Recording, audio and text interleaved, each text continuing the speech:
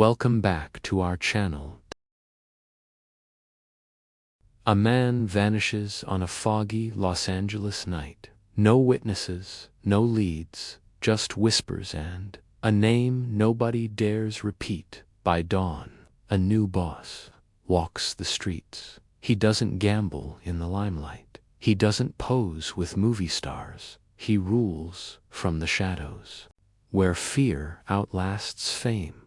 His rivals are louder, flashier. They end up on headlines or coffins. Him. Every cop, crook, and kingpin in California knows when Jack Dragna calls, you answer or you disappear. But here's the secret, the real story behind Los Angeles. Silent King was never written in police reports. How did one quiet Sicilian outplay them all? And what mistake finally shattered the untouchable Dragna dynasty? You've heard about Hollywood's gangsters, but you've never heard what happened when the cameras turned away. This is where Los Angeles got its darkest rules, and for decades nobody dared break them. In 1931, Joseph Ardizzoni mysteriously vanished while driving through Los Angeles. His body was never found, and his disappearance remains unsolved to this day. But what the police missed was the systematic transformation happening throughout Los Angeles criminal operations immediately after his disappearance. Bookmakers who had reported to Ardizzoni received visits from well-dressed men speaking with slight Italian accents. These visitors explained new arrangements with quiet authority, never mentioning Ardizzoni's name or acknowledging his absence. Payment schedules changed, territories were reassigned, and protection fees flowed to different addresses. The transition occurred without violence or disruption. Jack Dragna had been preparing for this moment since establishing himself in Los Angeles. He spent years studying the city's criminal landscape, identifying key players and mapping their relationships. While Ardizzoni focused on immediate profits and territorial disputes, Dragna built connections with legitimate businessmen, corrupt politicians, and law enforcement officials who appreciated discretion over confrontation. He understood that lasting power required patience and planning, rather than bold displays of force. His network included relatives from Sicily who had immigrated to various American cities, creating communication lines that stretched from Los Angeles to New York. Through these connections, he learned about successful criminal enterprises in other regions and adapted their methods to California conditions. He studied legitimate business practices, understanding how proper organization and financial management could make illegal operations more profitable and less vulnerable to law enforcement. The bookmakers who met with Dragna's representatives found themselves dealing with a more sophisticated operation than Ardizzoni had managed. Payment terms were clearer, territories were better defined, and conflicts were resolved through negotiation rather than violence. Protection felt more reliable because it came with actual business expertise rather than simple intimidation. Many of these operators discovered that their profits increased under the new management structure. Within 6 months, every significant gambling operation in Los Angeles had been reorganized under Dragna's system.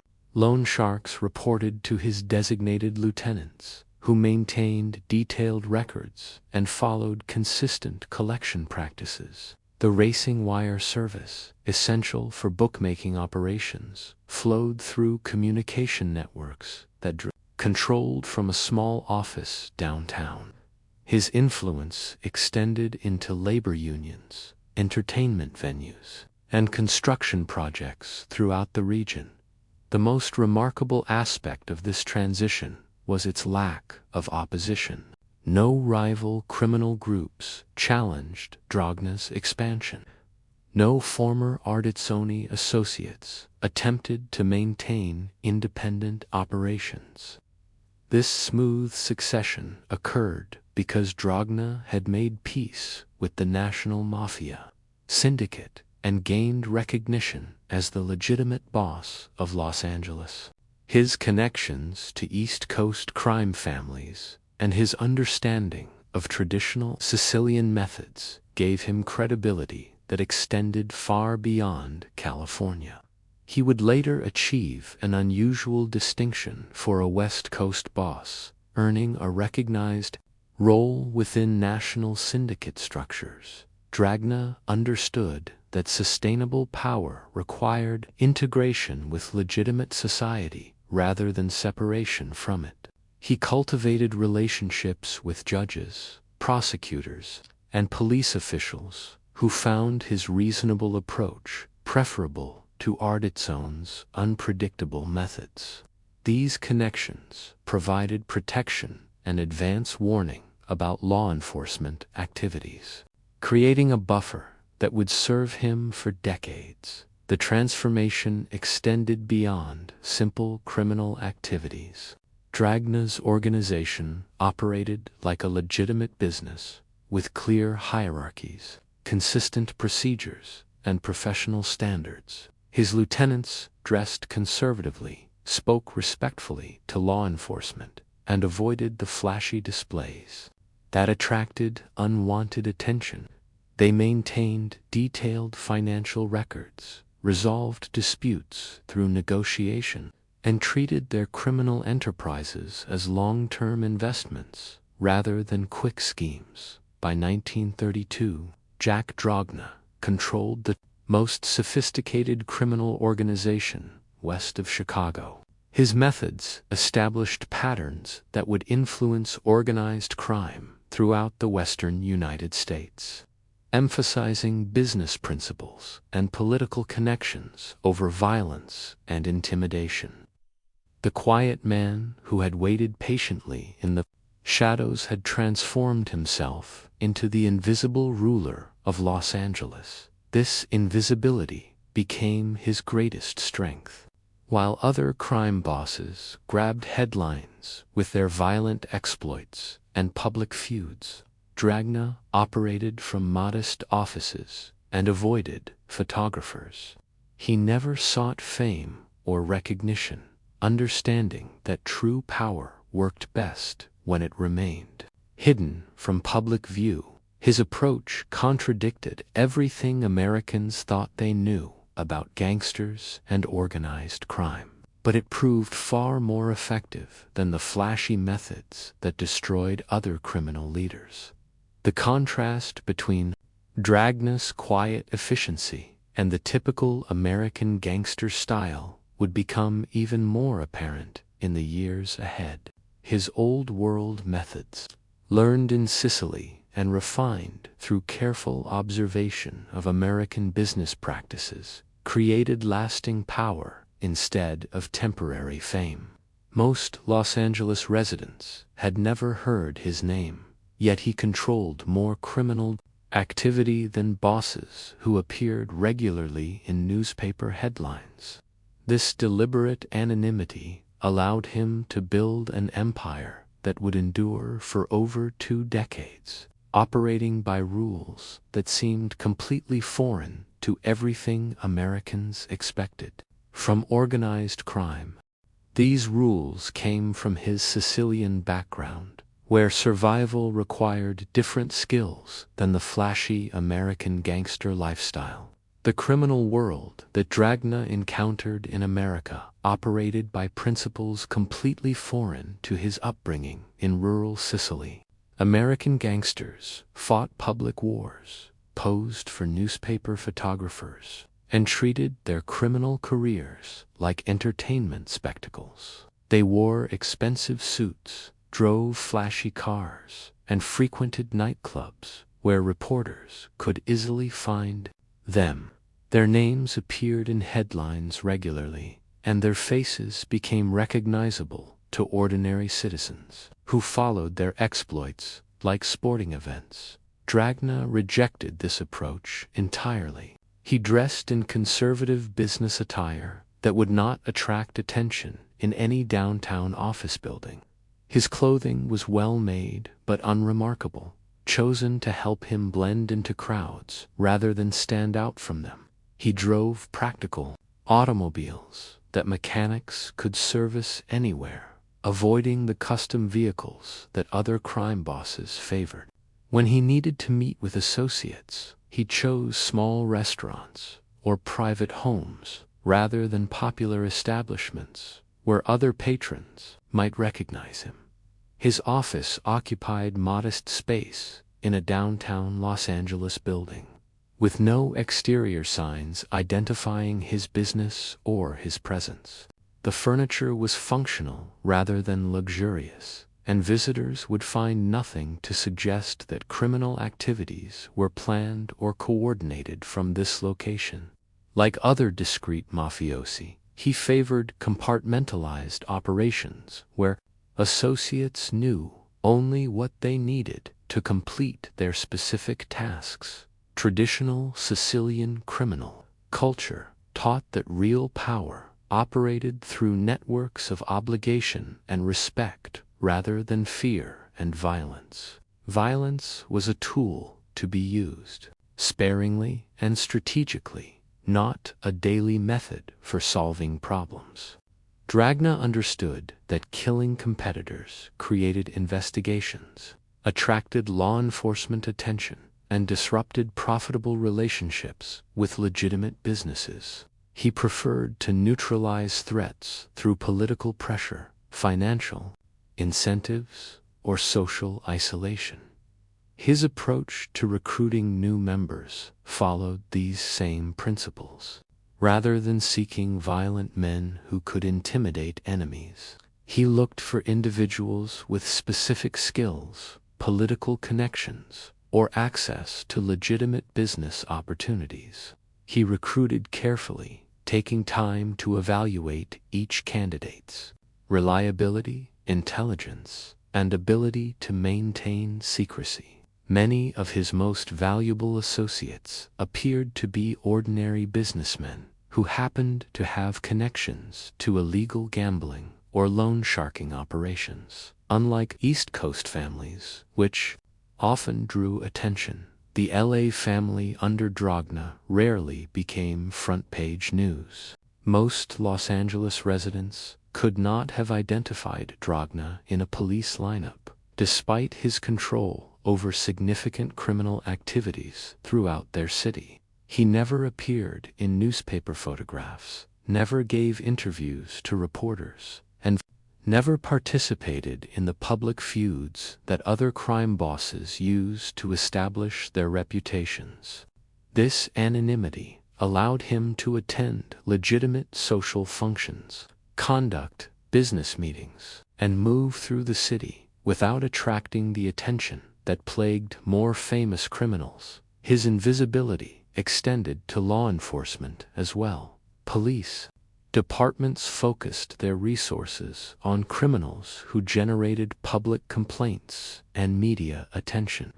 Since Dragna's operations rarely involved violence or public disturbances, they attracted less investigation than the activities of more flamboyant gangsters. This allowed him to build relationships with corrupt officials who preferred dealing with reasonable, discreet criminals rather than unpredictable, violent men. The effectiveness of his old world approach became apparent through the longevity of his organization.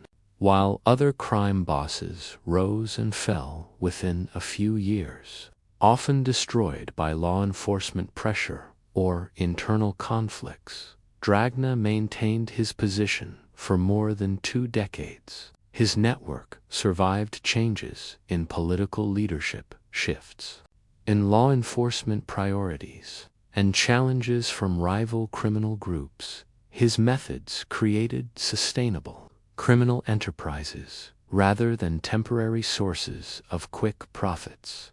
The gambling operations he controlled generated steady income year after year because they were organized like legitimate businesses with proper management structures, consistent procedures, and reliable service to customers.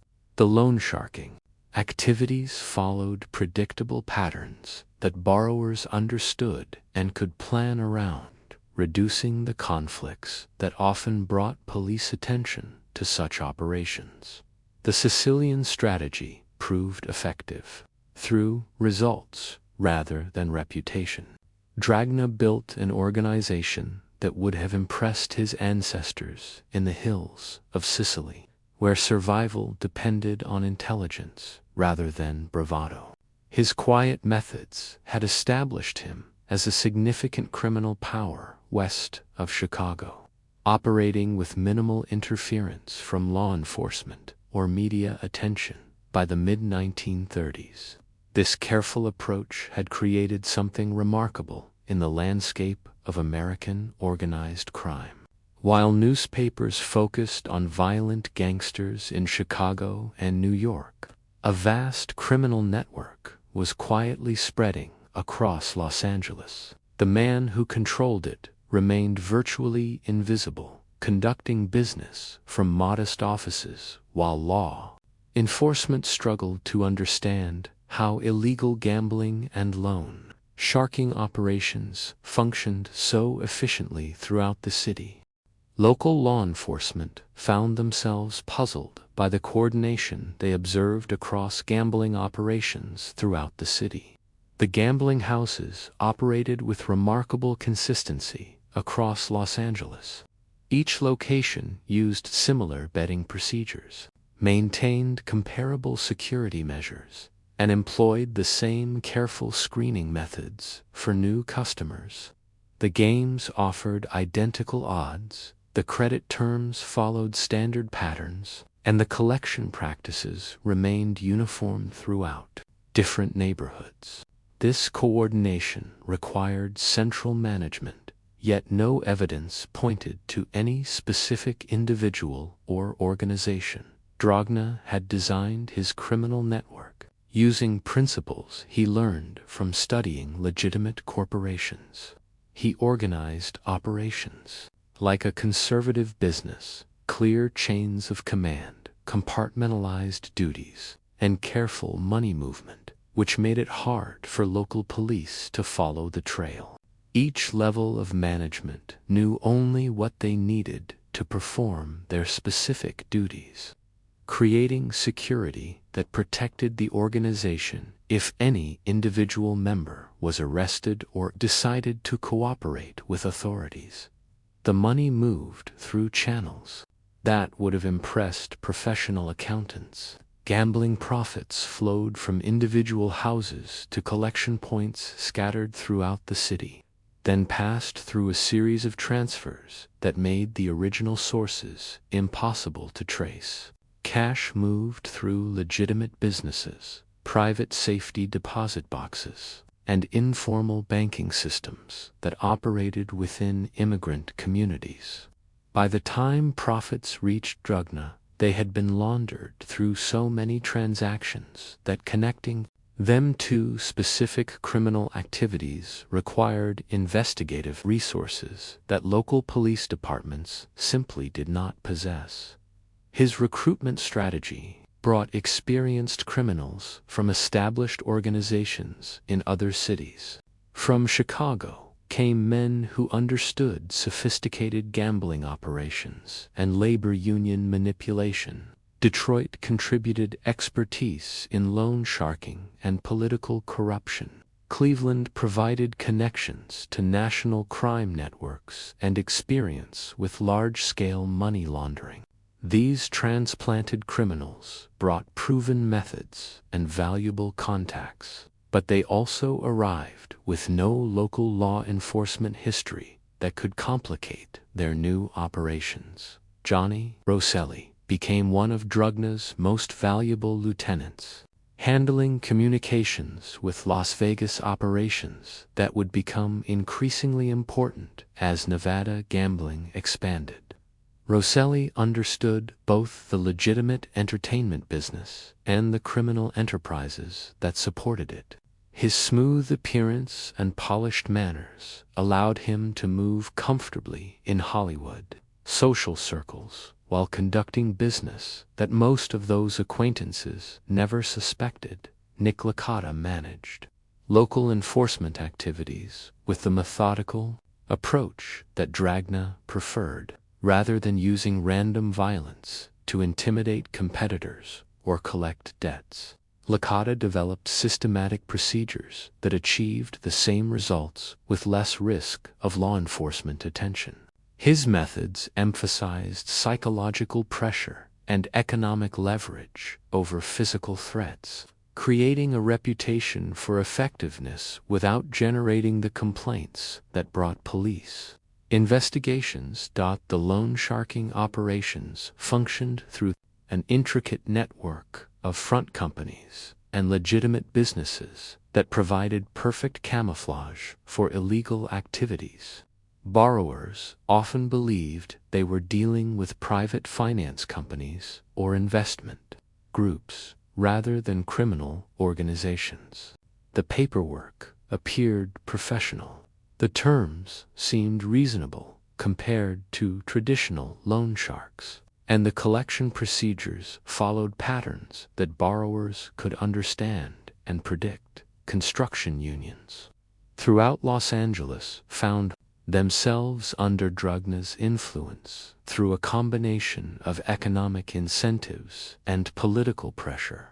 Union leaders discovered that cooperation brought steady work for their members and fewer labor disputes, while resistance resulted in project delays and reduced employment opportunities.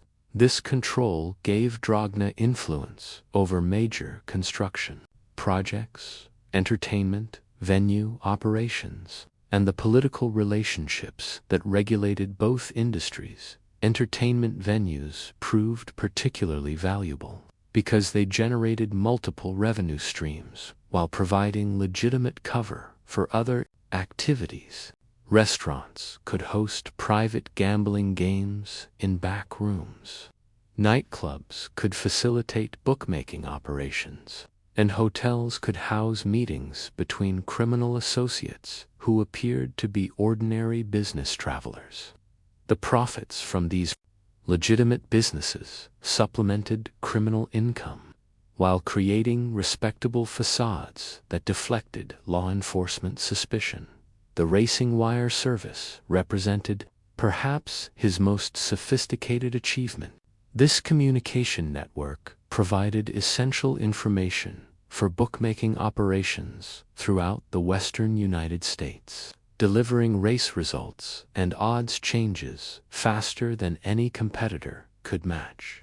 Smaller gambling operators depended on this service for their survival, creating a steady income stream that also gave Dragna influence over criminal activities far beyond Los Angeles. Dragna worked with other criminal figures on Transamerica wire operations, though Chicago outfit actions would later affect these wire services across the region. His network processed information with efficiency that matched legitimate news organizations. Racing results reached Los Angeles bookmakers within minutes of races finishing at tracks throughout the country. Odds changes were communicated instantly, allowing local operators to adjust their betting lines before customers could take advantage of outdated information. This speed and reliability made Dragna's service indispensable to gambling operations across multiple states. The technical infrastructure required significant investment in telephone lines, telegraph connections, and human operators who could process information quickly and accurately. Dragna treated this investment like any legitimate business expense, understanding that superior service would generate customer loyalty and steady profits over time. The racing wire became his most visible success, even though most law enforcement officials never understood who controlled it. The enterprise generated steady, substantial profits that funded wide-ranging operations. His gambling empire extended from Los Angeles to Las Vegas, with connections reaching into Arizona, Nevada, and Northern California. Yet, despite controlling the largest criminal organization west of Chicago, his name appeared in no newspaper articles, and his photograph existed in no police files. The invisible empire had achieved exactly what its creator intended. This carefully constructed anonymity would soon face an unexpected challenge, when Hollywood attracted a very different kind of criminal mind. Benjamin Siegel arrived in Los Angeles in 1937 with East Coast syndicate backing and ambitions that extended far beyond anything the West Coast had seen. His perfectly tailored suits cost more than most workers earned in months, and his diamond accessories caught attention wherever he appeared. Everything about Siegel announced wealth, power, and dangerous confidence. He had come west with established connections to Meyer Lansky, Frank Costello, and other major Eastern figures. But he needed something that money and reputation could, not by local knowledge and established criminal infrastructure. The contrast between Siegel and Dragna could not have been more striking. Where Dragna dressed conservatively and avoided attention, Siegel favored expensive clothing that made him stand out in any crowd, while Dragna preferred small, private meetings in modest locations. Siegel conducted business in Hollywood's most fashionable restaurants and exclusive nightclubs. Dragna's name never appeared in newspapers, but Siegel courted publicity and enjoyed seeing his photograph in gossip columns. Alongside movie stars and socialites, their partnership began through mutual contacts in organized crime networks, with each man recognizing what the other could provide. Siegel brought connections that Dragna could never have developed independently. His relationships with Eastern syndicates provided access to financing, political protection, and criminal expertise that could transform West Coast operations. The Eastern organizations controlled enormous resources and sophisticated methods that had devolved through decades of urban criminal activity. These connections offered opportunities for expansion and profit that exceeded anything Dragna had previously imagined. Dragna supplied the local infrastructure and operational knowledge that Siegel needed to succeed in California. His established relationships with law enforcement, politicians, and legitimate businesses provided the foundation for large-scale criminal enterprises. The racing wire service, labor union connections, and gambling networks that Dragna had spent years developing became the platform for joint ventures that neither man could have achieved alone. Their most successful collaboration involved revolutionizing the racing wire service that Dragna had already established. Siegel's Eastern connections provided access to faster communication methods and more reliable information sources, while his Hollywood relationships created new markets among entertainment industry figures who gambled heavily on horse races. The improved service generated substantial profits and demonstrated the potential for larger joint ventures across multiple states. The partnership expanded into Las Vegas operations that would define both men's careers. Nevada's legalized gambling created opportunities for enormous returns, but success required the kind of political connections and operational expertise that neither man possessed alone. Officials and understanding of local conditions. while Siegel's Eastern backing supplied the massive financing that casino construction required. Their collaboration helped establish Las Vegas as a destination for serious gamblers rather than just a local Nevada attraction. However, Siegel's personality created constant problems that threatened their joint operations. His violent temper led to confrontations with customers, business partners, and law enforcement officials who could have been handled more diplomatically. He settled disputes through intimidation and violence when Dragna would have preferred negotiation and compromise. These incidents attracted media attention and police investigations that endangered their carefully constructed criminal enterprises. The Hollywood lifestyle that Siegel embraced brought additional complications that Dragna had spent years avoiding. Siegel's relationships with movie stars and entertainment industry figures created publicity that law enforcement officials could not ignore. Newspaper photographers captured him at premieres, nightclub openings, and social events that connected his name with criminal activities. This visibility made their partnership a target for prosecutors seeking high-profile cases that would advance their careers. Dragna found himself managing two separate but related challenges: the criminal enterprises they operated together and Siegel's unpredictable behavior that threatened everything they had built.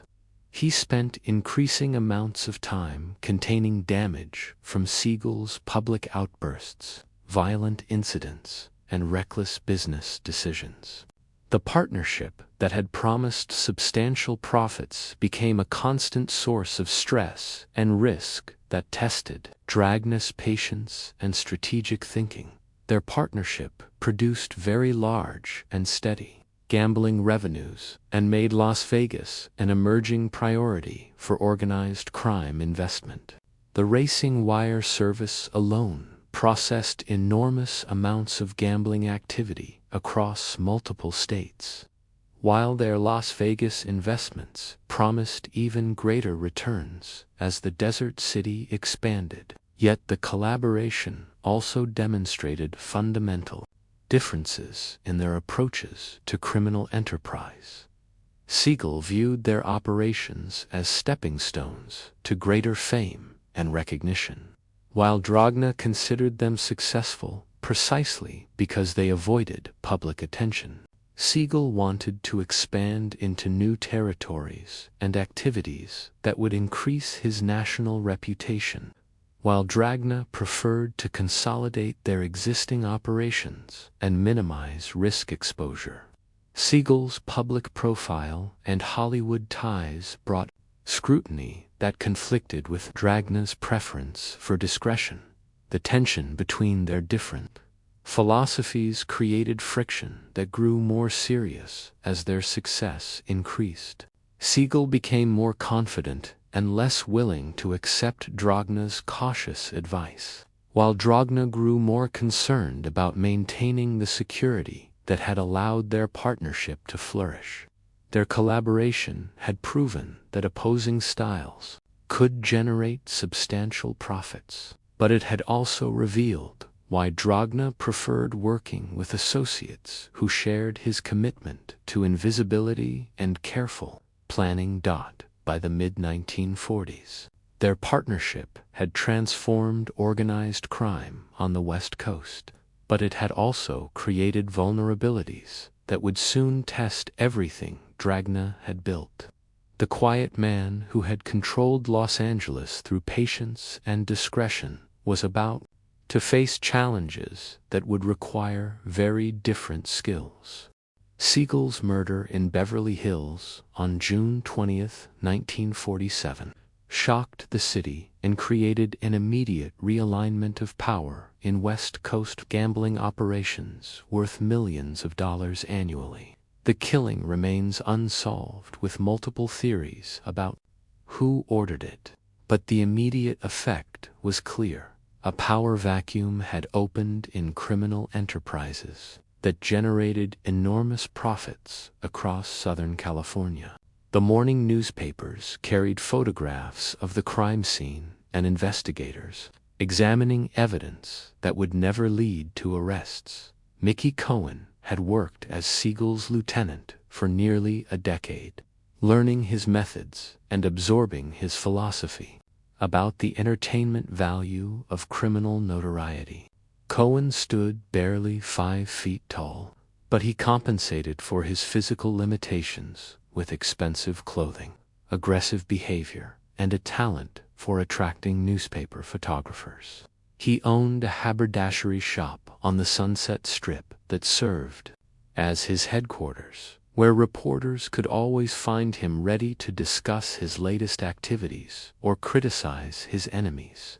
The shop's front windows displayed the finest men's clothing available in Los Angeles, while the back rooms hosted meetings that planned criminal operations throughout Southern California, where Siegel had been handsome and charming. Cohen was short and crude, but he shared his former boss's understanding that publicity could be transformed into power. He hired press agents to ensure his name appeared regularly in gossip columns and crime stories. He posed for photographs at nightclub openings, boxing matches, and charity events that established his public image as a successful businessman with mysterious connections. His wife appeared with him at social functions, wearing expensive jewelry and designer clothing that suggested enormous wealth from undisclosed sources. After Siegel's death, Cohen refused to submit to Dragna's authority over Los Angeles criminal activities, claiming that he was the rightful heir to West Coast gambling operations. He began approaching bookmakers and loan sharks who had worked with the Siegel-Dragna partnership, offering them better terms and more independence than the traditional Italian organization provided. His pitch emphasized American business practices over old-world traditions, suggesting that ambitious criminals could achieve greater success by rejecting outdated ethnic hierarchies. The challenge to Dragna's authority represented something completely new in his 20-year career. Previous competitors had operated quietly, trying to build their organizations without attracting attention from established powers. Cohen actively sought publicity for his conflict with Dragna, giving interviews to crime reporters who portrayed their dispute as a battle between modern American gangsters and traditional Sicilian methods. The media attention made their conflict a public spectacle rather than the private business dispute that Dragna would have preferred. Cohen's first major provocation came when he opened a gambling operation in Beverly Hills, directly challenging Dragna's territorial control. The casino occupied a mansion that Cohen had purchased through front companies, complete with elegant furnishings, professional dealers, and security systems that rivaled legitimate businesses. He invited Hollywood celebrities and wealthy socialites to attend opening night festivities, creating publicity that made the illegal gambling house a topic of conversation throughout Los Angeles.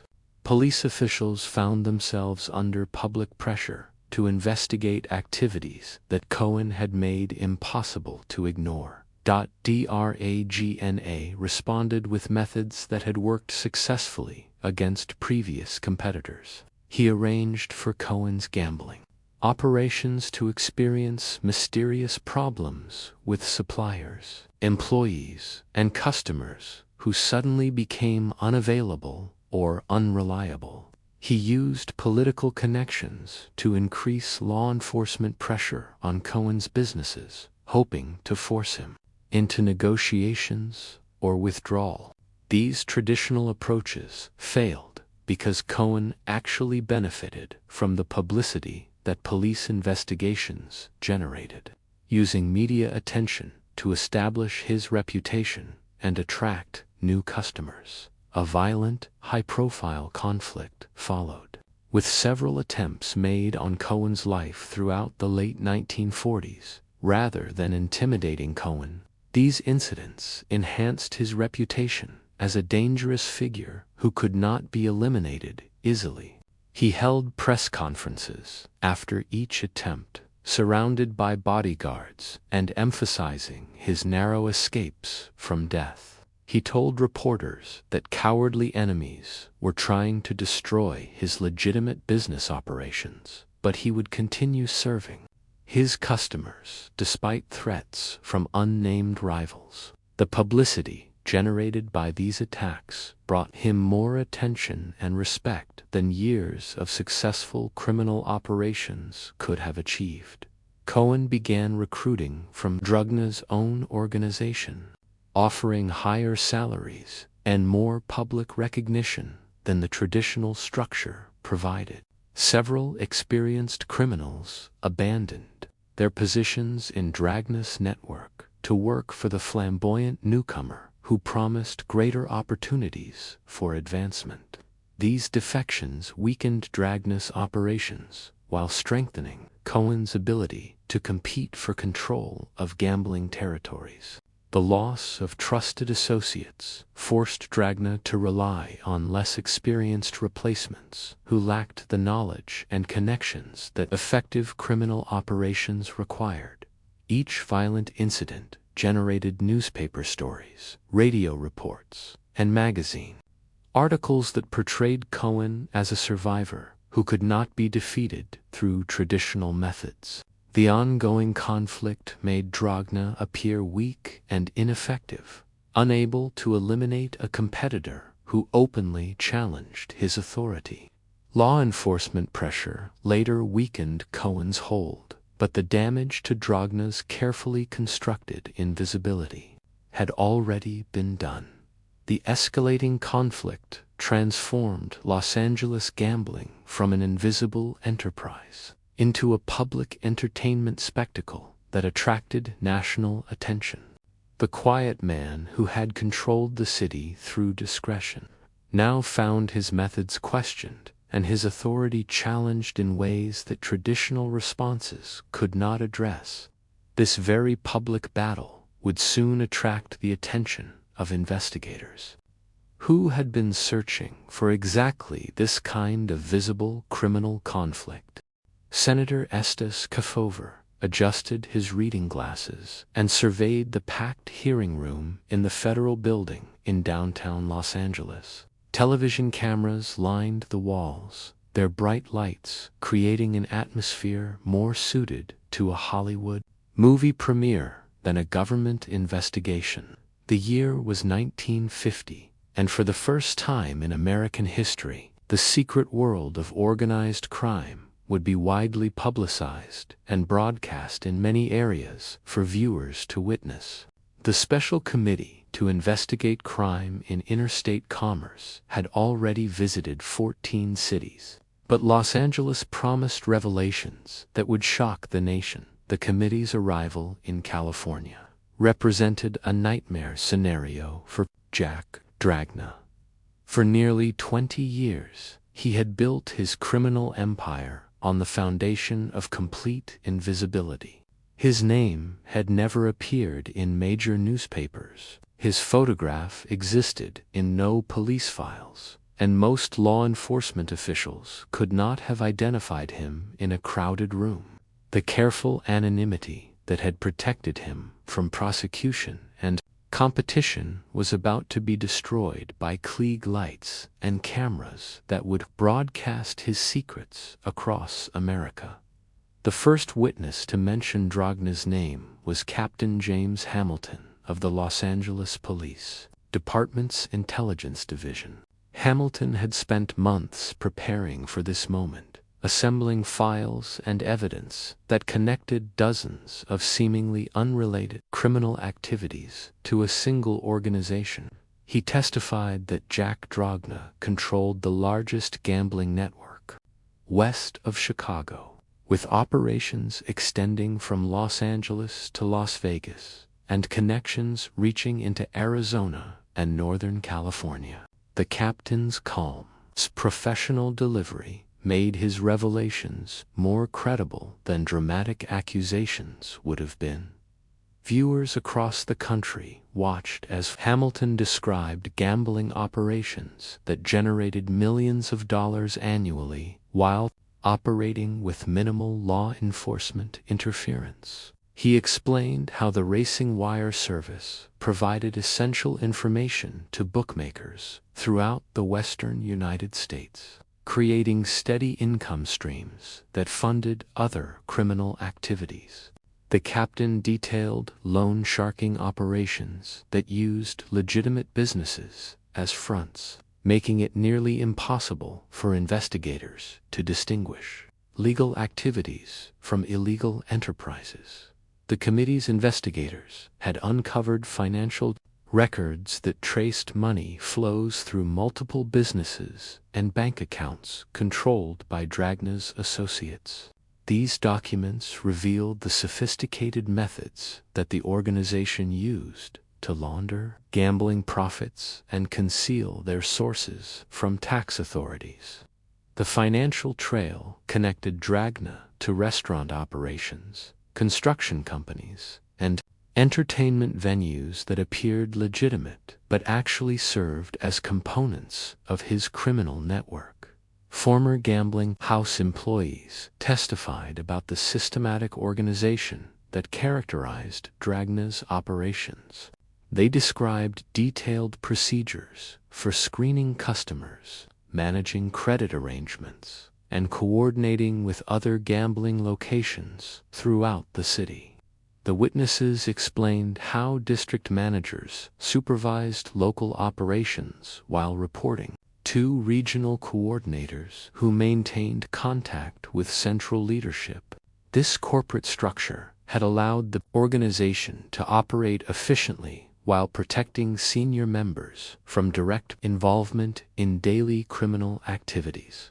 The California Commission on Organized Crime had prepared a comprehensive report that specifically identified Dragna as the head of a Southern California crime syndicate with national connections. The Commission's investigators had spent 2 years documenting his activities, interviewing witnesses, and analyzing evidence that connected Los Angeles operations to criminal organizations in Chicago, Detroit, and New York. Their report described him as one of the most successful crime bosses in American history. Despite his complete absence from public recognition, when called before the committee, Dragna appeared as a witness and denied the accusations against him, maintaining his innocence throughout his testimony. However, his appearance before the cameras marked the end of the invisibility that had protected him for decades.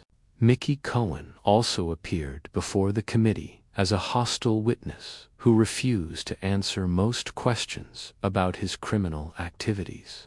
Cohen's defiant attitude and expensive clothing provided viewers with a stark contrast to the quiet professionalism that characterized Dragna's approach to criminal enterprise. Newspaper reporters who had covered Los Angeles crime for decades admitted they had never suspected the extent of Dragna's influence or the sophistication of his operations. They testified that his name had rarely appeared in their crime stories, despite evidence that he controlled activities they had been reporting on for years. The journalists described a criminal organization that had successfully operated below their investigative radar while generating enormous profits and wielding significant political influence. The hearings revealed connections between Los Angeles criminal operations and legitimate political activities that shocked even experienced law enforcement officials.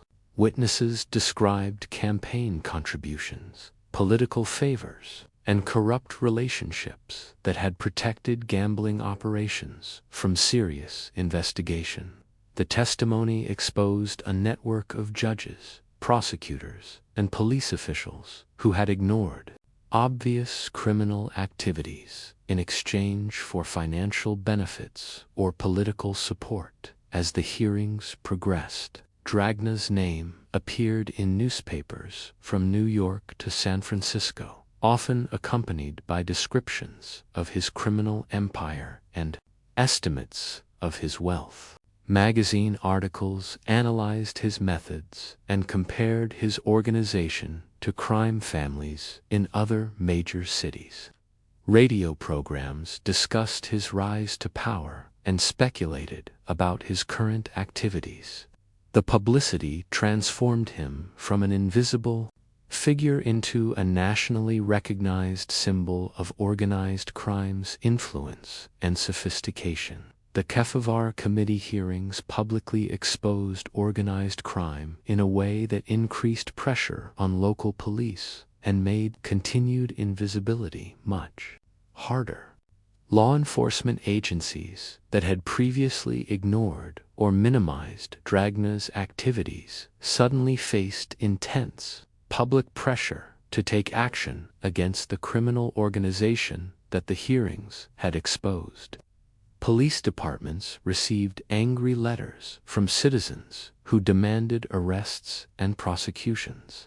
Prosecutors found themselves under media scrutiny that made continued inaction politically dangerous. The hearings had created public awareness that would force law enforcement officials to pursue investigations they had previously avoided. But public exposure would soon change everything for the man who had spent decades perfecting the art of remaining unseen. Chief William Parker formed specialized task forces at Los Angeles Police Headquarters to respond to the national embarrassment that the Kefauver hearings had created. While senators questioned witnesses before television cameras, millions of Americans learned that Los Angeles harbored one of the country's most sophisticated criminal organizations under the noses of local law enforcement. Parker faced intense pressure from city officials, federal authorities, and angry citizens who demanded immediate action against Jack Dragna and his associates. The task forces operated under different rules than regular police units. Members received special training in surveillance techniques and intelligence gathering methods that pushed the boundaries of legal investigation.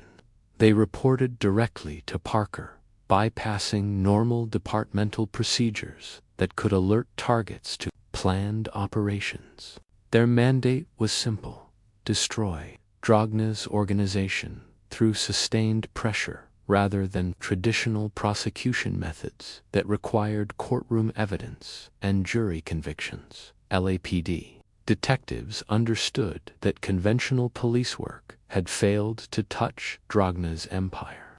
They needed to think like intelligence operatives rather than criminal investigators, gathering information through observation and analysis rather than witness interviews and physical evidence. Their success would be measured by disruption rather than arrests, effectiveness rather than convictions. The approach represented a fundamental shift in how law enforcement targeted organized crime in major American cities. Persistent police pressure began immediately, with rotating teams that monitored Dragna's movements throughout each day. Detectives positioned themselves outside his home, office, and favorite restaurants, photographing everyone who approached him. They recorded license plate numbers, documented meeting times, and tracked the daily patterns that had allowed him to coordinate criminal activities while avoiding law enforcement attention. The constant observation made normal business operations increasingly difficult. Task force members developed detailed profiles of every known associate in Dragna's network. From senior lieutenants to minor gambling house employees, they documented their legitimate business interests and maintained surveillance on their activities. This comprehensive approach created pressure that extended beyond criminal operations into personal relationships and family life. Associates discovered that their connection to Dragna brought unwanted attention to everything they did. The campaign targeted Dragna's legitimate business interests with the same intensity reserved for his criminal operations. Health inspectors appeared regularly at restaurants connected to his organization, finding violations that required expensive corrections and temporary closures. Fire marshals conducted surprise inspections that disrupted normal business activities and created costly compliance requirements. Building inspectors discovered code violations that had been ignored for years, forcing property owners to choose between expensive repairs and continued association with Dragna's network. Gambling operations faced constant disruption through carefully timed raids that occurred just as games were beginning or money was being collected.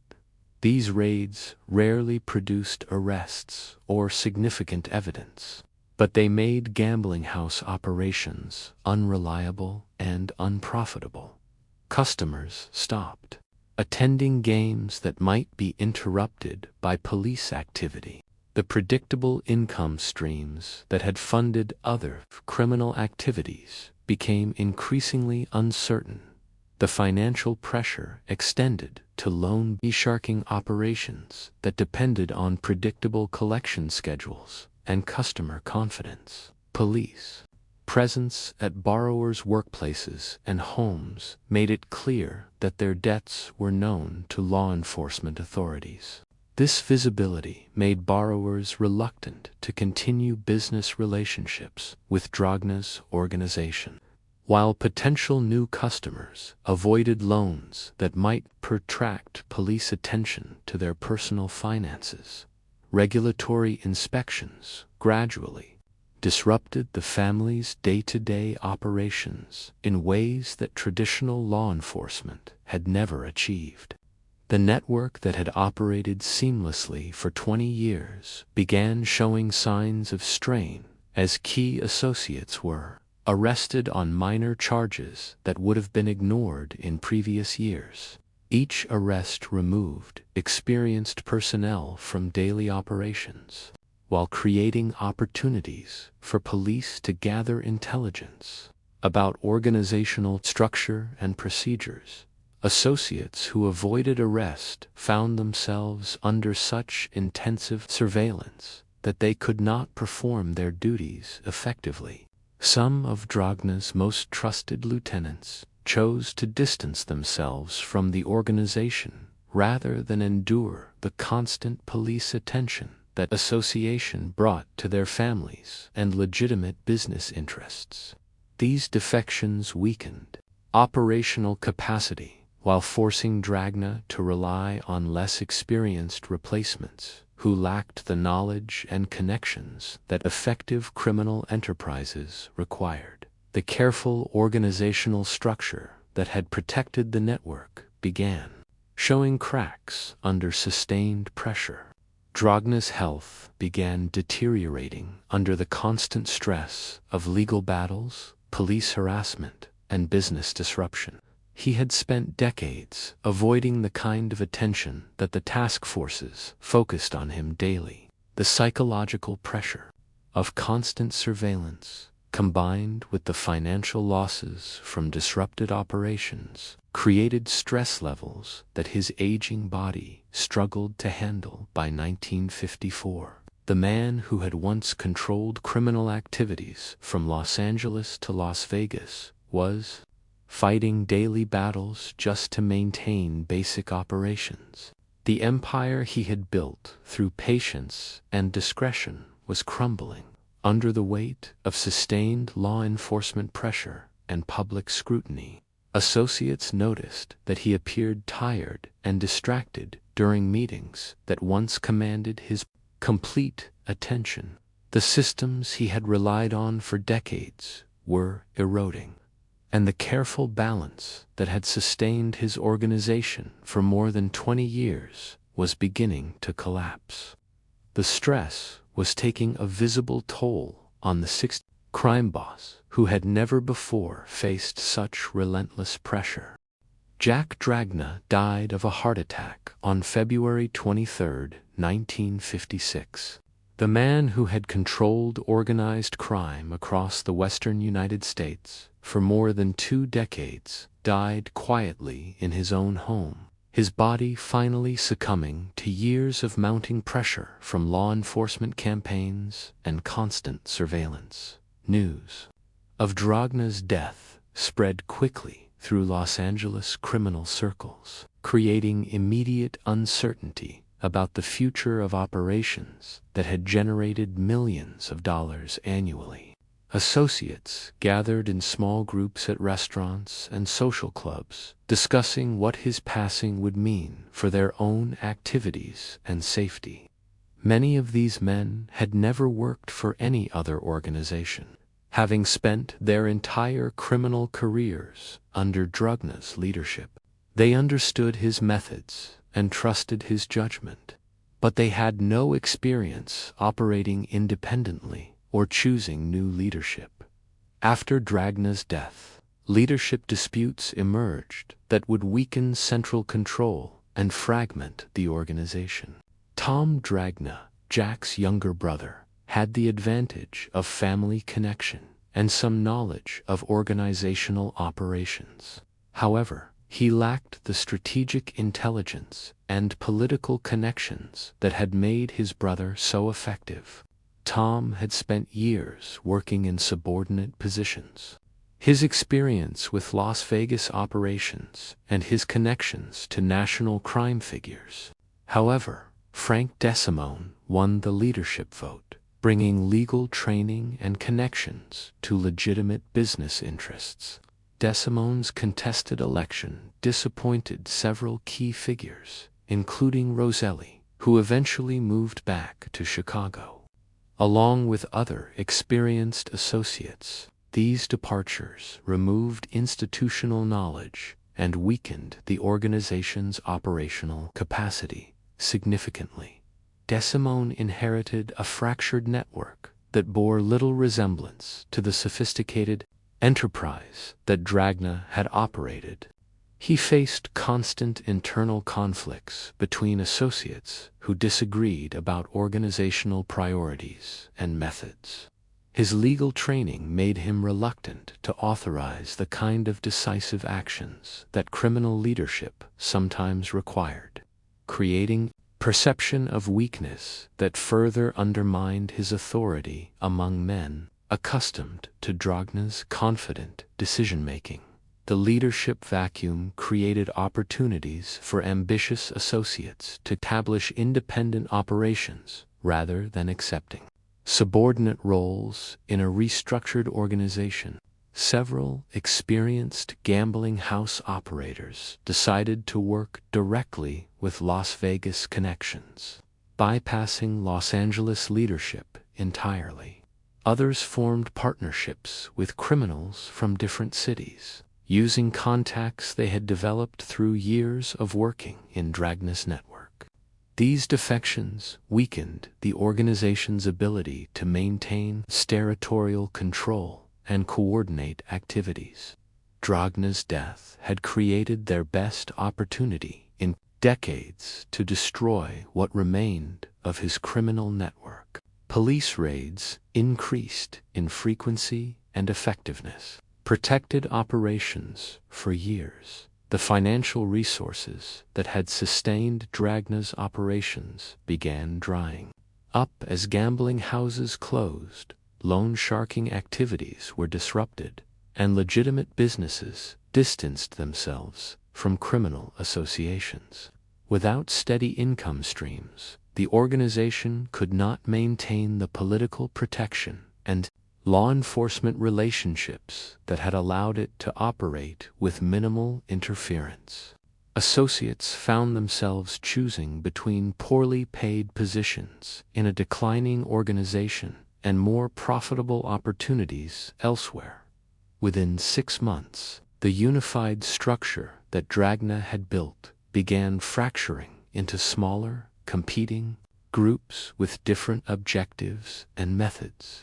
The careful coordination that had maximized profits and minimized law enforcement attention disappeared as these groups pursued their own interests without regard for overall organizational security. By 1960, the Los Angeles crime family existed more as a collection of independent operators than as the coordinated enterprise that Dragna had built. The racing wire service had been taken over by other organizations.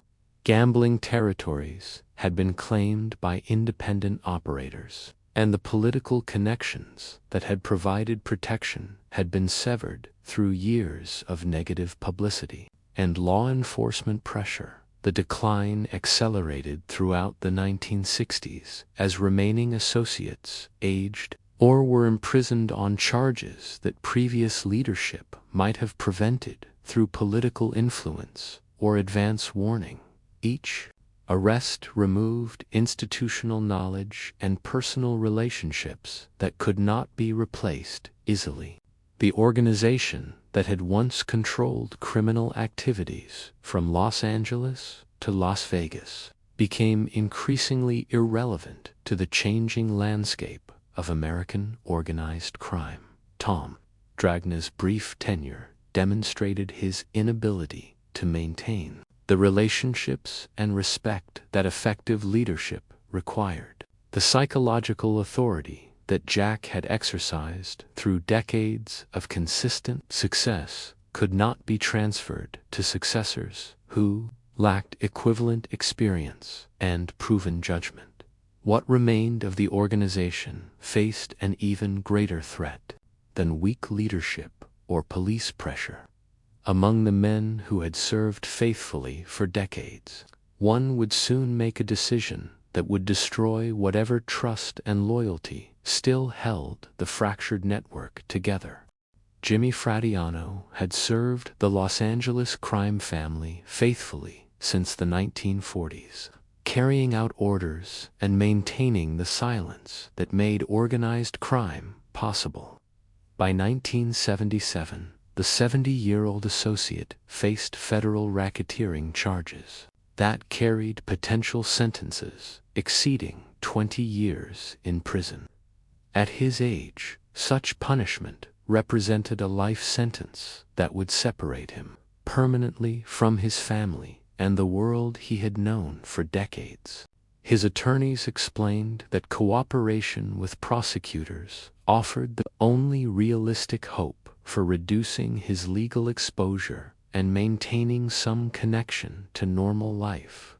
The decision to cooperate with federal authorities had developed slowly over several months of increasing pressure from law enforcement agencies and growing isolation within what remained of the Los Angeles family. Fratianno possessed knowledge that prosecutors had been seeking for decades. He had participated in planning sessions, witnessed conversations between major crime figures, and carried out operations that connected the Los Angeles family to criminal activities across multiple states. His memory contained details about murders that remained officially unsolved, gambling operations that had generated millions in untaxed income, and corruption schemes that had protected criminal enterprises from law enforcement interference. His first meeting with FBI agents lasted 14 hours, during which he provided information that exceeded their most optimistic expectations. Fratianno described the internal structure of the Los Angeles family, identifying active members and explaining their roles in various criminal enterprises. Fratianno later described methods used in some killings and explained how contract murders were arranged and carried out during his criminal career. He detailed the procedures used to launder gambling profits through legitimate businesses and revealed connections between different crime families that had operated across state lines. His knowledge extended far beyond Los Angeles operations, to include detailed information about the family's connections to crime organizations in Las Vegas, Cleveland, and Chicago. Frediano had served as a messenger and negotiator between different families, carrying information about territorial agreements, profit-sharing arrangements, and joint criminal ventures.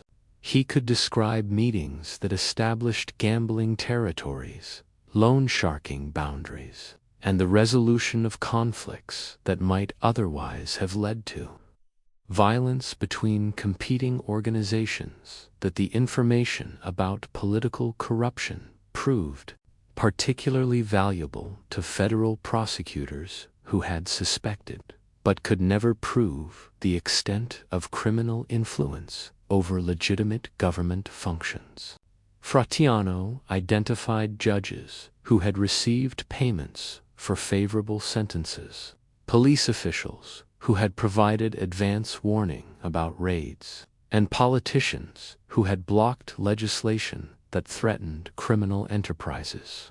His testimony connected specific payments to particular decisions, creating the documentary evidence needed for corruption prosecutions. His cooperation in the late 1970s and 1980 led to important convictions and racketeering cases that further shattered the family's capacity. The charges ranged from racketeering and murder to tax evasion and political corruption. Several defendants faced potential death sentences for killings that Frediano had witnessed or participated in during his criminal career. The scale of the prosecutions exceeded anything that law enforcement had achieved against organized crime in California.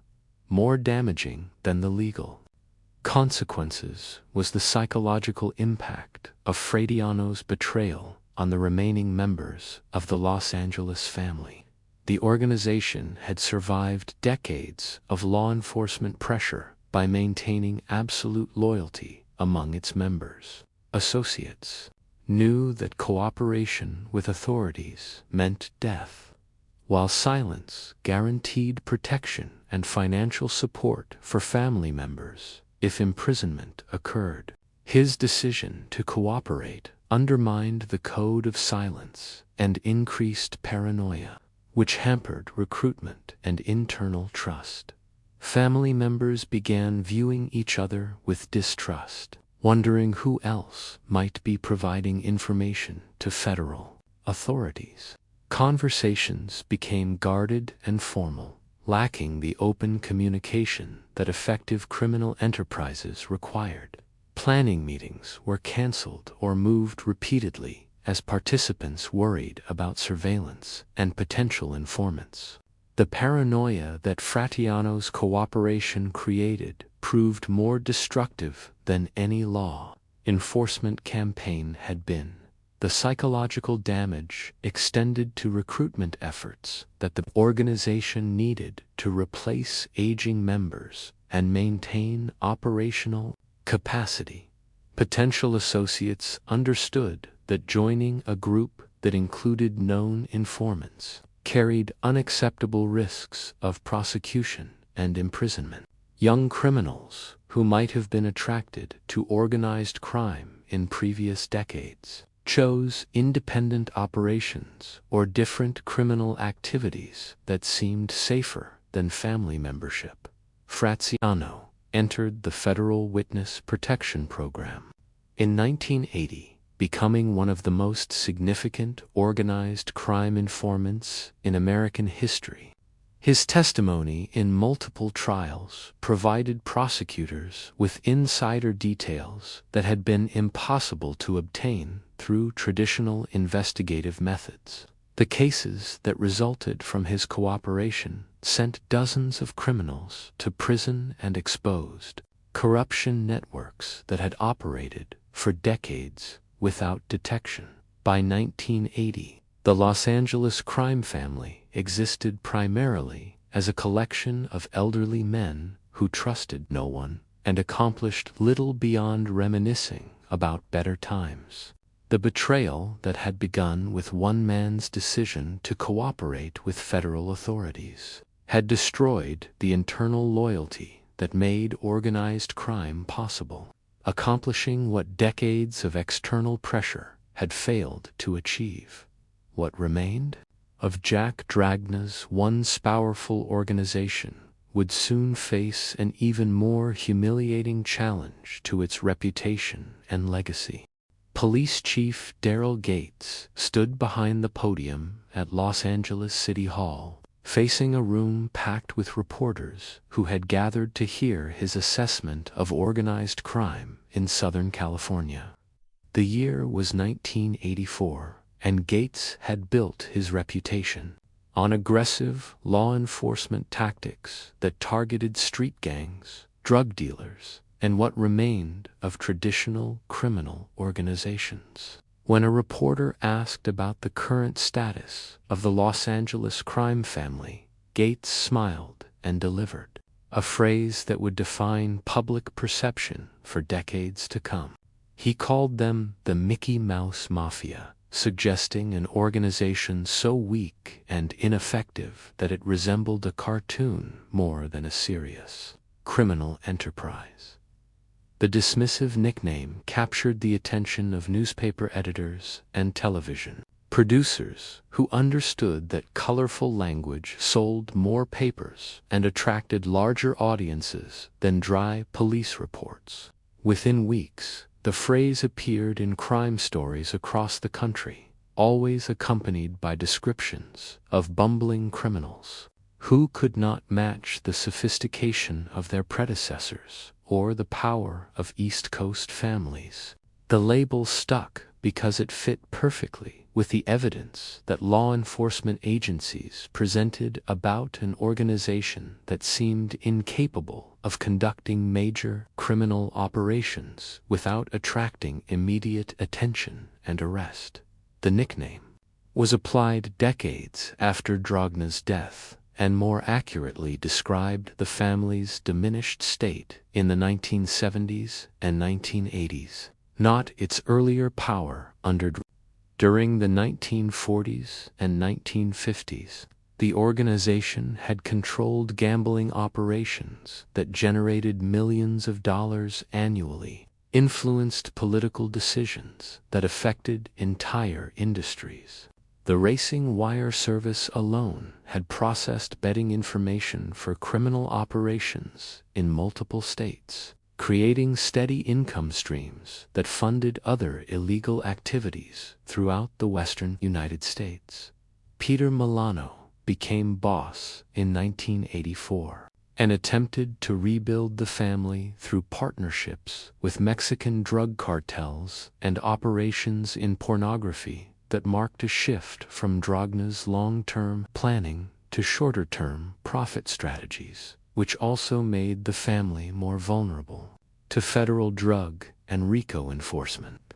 These alliances promised enormous profits from cocaine trafficking, but they also attracted the attention of federal agencies that had sophisticated surveillance capabilities and drug crimes.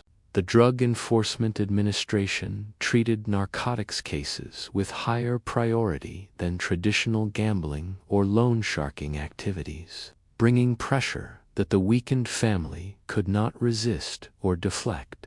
The Milano brothers commanded perhaps only 20 official members during their peak years, compared to the hundreds of associates that East Coast families maintained in cities like New York, Philadelphia, and Boston. This small membership limited their ability to control territories, coordinate complex operations, or defend against competitors who might challenge their authority.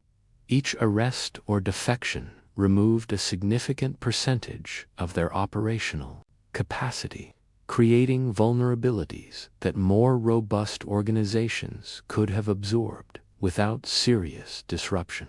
Federal RICO prosecutions in the late 1980s targeted the remaining leadership structure with charges that carried potential sentences of decades in prison. The Racketeer Influenced and Corrupt Organizations Act had been specifically designed to destroy criminal enterprises by prosecuting entire organizations rather than individual crimes.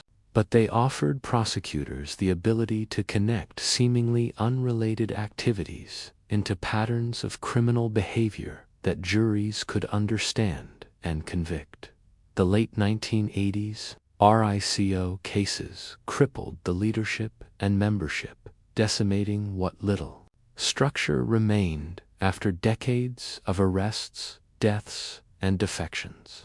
Peter Milano was convicted on racketeering charges that sent him to federal prison for 6 years, while other family members received sentences that removed them from active participation in criminal activities for extended periods. The cumulative effect of these prosecutions left the organization without experienced leadership or the institutional knowledge needed to maintain complex criminal enterprises.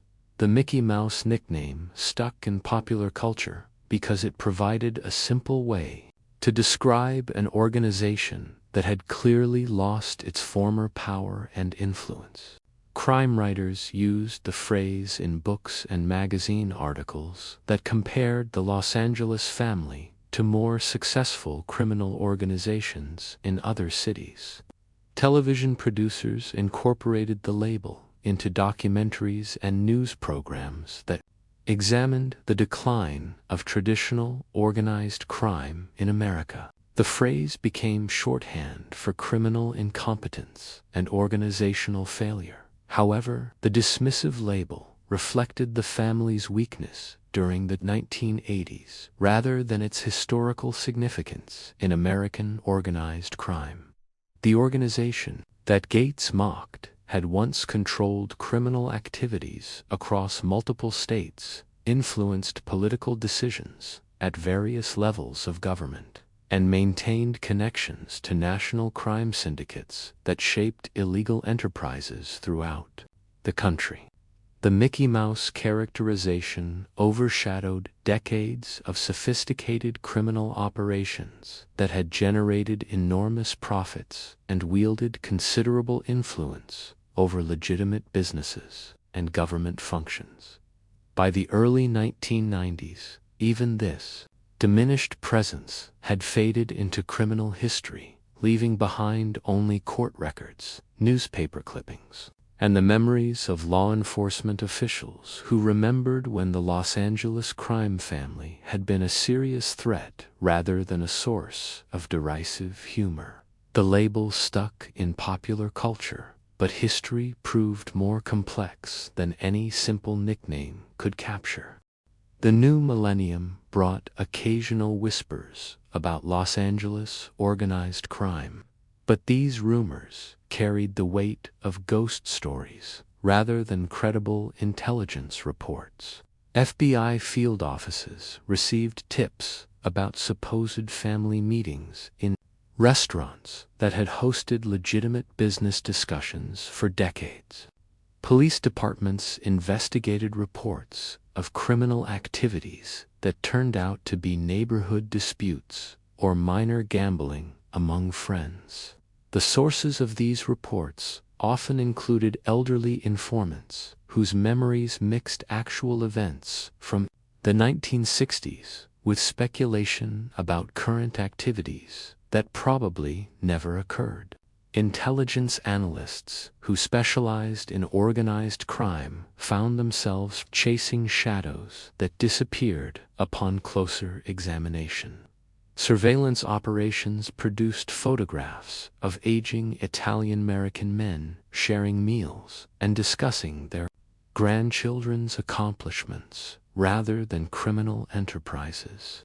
Wiretaps captured conversations about medical appointments, family celebrations, and complaints about modern technology rather than the coded discussions of territories and operations that had characterized organized crime communications in previous decades.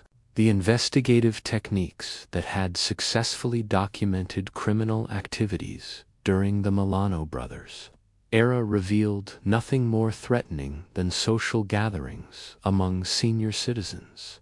Several law enforcement officials wondered whether the apparent absence of organized crime activity represented genuine dissolution or simply a return to the invisibility that had protected Jack Dragna's operations for more than 20 years. The methods that had made Dragna so successful during the 1940s and 1950s could theoretically be adapted to modern conditions, using cellular telephones and internet communications instead of racing wires and telegraph networks. However, the technological surveillance capabilities available to contemporary law enforcement agencies made the kind of sustained invisibility that Dragna had achieved much more difficult to maintain in the digital age.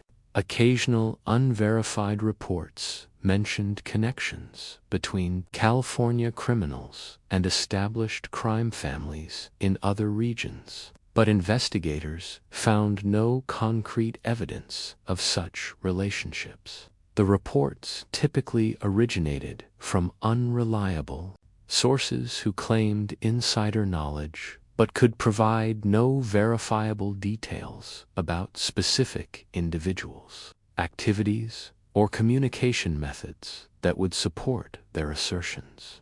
Reports in 2018 suggested an alleged induction of a Canadian associate shortly before his death, marking what many observers considered the final connection to the organization's operational past. His passing closed a chapter that had begun with Jack Dragna's rise to power in the 1930s, spanning nearly 90 years of criminal history in Southern California. Law enforcement officials who had monitored activities for decades found no evidence of maintained, active criminal involvement during those final years. Contemporary law enforcement priorities had shifted dramatically toward the street gangs and drug cartels that controlled significant territories throughout Los Angeles County. The Bloods, Crips, and various Latino organizations commanded thousands of members and generated billions of dollars through narcotics trafficking, human smuggling, and other modern criminal enterprises. These groups operated with violence levels and territorial control that exceeded anything the traditional Italian-American family had achieved during its most powerful period. Federal and local agencies allocated their resources toward these active threats, rather than investigating remnants of organizations that appeared to exist only in historical records. With a small Italian-American population, rising street gang competition, and aggressive federal prosecutions, the family slowly became a shadow of its former self. The traditional Italian-American organized crime model seemed completely obsolete in a region transformed by massive immigration from Latin America, Asia, and the Middle East. Modern criminal enterprises operated across ethnic and cultural boundaries that the old family structure could never have accommodated. Technology had eliminated many of the communication and coordination advantages that had made centralized criminal organizations effective during earlier decades. Independent operators could now access the same information networks and financial services that had once required extensive criminal infrastructure to obtain and maintain. What remained of the Los Angeles crime family consisted primarily of fragments scattered through court records, newspaper archives, and the fading memories of law enforcement officials who had worked organized crime cases during the 1970s and 1980s. Retired FBI agents occasionally shared stories about surveillance operations and investigative techniques that had successfully penetrated the family's activities. Former prosecutors described the challenges of building RICO cases against defendants, who maintained sophisticated legal representation and carefully compartmentalized their criminal activities to limit evidence collection. A few elderly men in Italian-American neighborhoods still remembered when organized crime had wielded real power in Los Angeles, influencing political decisions and controlling profitable illegal enterprises. These conversations typically occurred in social clubs and family gatherings where participants felt comfortable discussing events that had shaped their community's history. However, these memories focused on personalities and relationships rather than operational details, and they carried the inevitable distortions that time creates in human recollection of complex events. The Los Angeles crime family had completed its transformation from a sophisticated criminal syndicate that controlled illegal activities across multiple states into a historical curiosity that generated more academic interest than law enforcement concern. Today, the LA family's story lives in archives and court records, its methods and mistakes remaining a cautionary chapter in organized crime history. The lessons from this rise and fall would prove more enduring than the organization itself. Jack Dragna understood what most criminals never learned. True power operates in shadows, not spotlights. While Al Capone's face appeared on magazine covers and Bugsy Siegel courted Hollywood photographers, Dragna built an empire that lasted 25 years through patience and careful planning. He became the most successful West Coast boss of his era, favoring discretion and businesslike methods over celebrity and spectacle. The Los Angeles crime family's rise and fall demonstrates how power, rooted in personal relationships and one man's strategy, becomes fragile when that man is gone. Dragna's death left a leadership gap the family never fully recovered from. No institutional strength could replace his individual relationships and strategic thinking. If this quiet corner of history helped you unwind tonight, consider subscribing for more calm histories that explore the hidden stories behind America's past.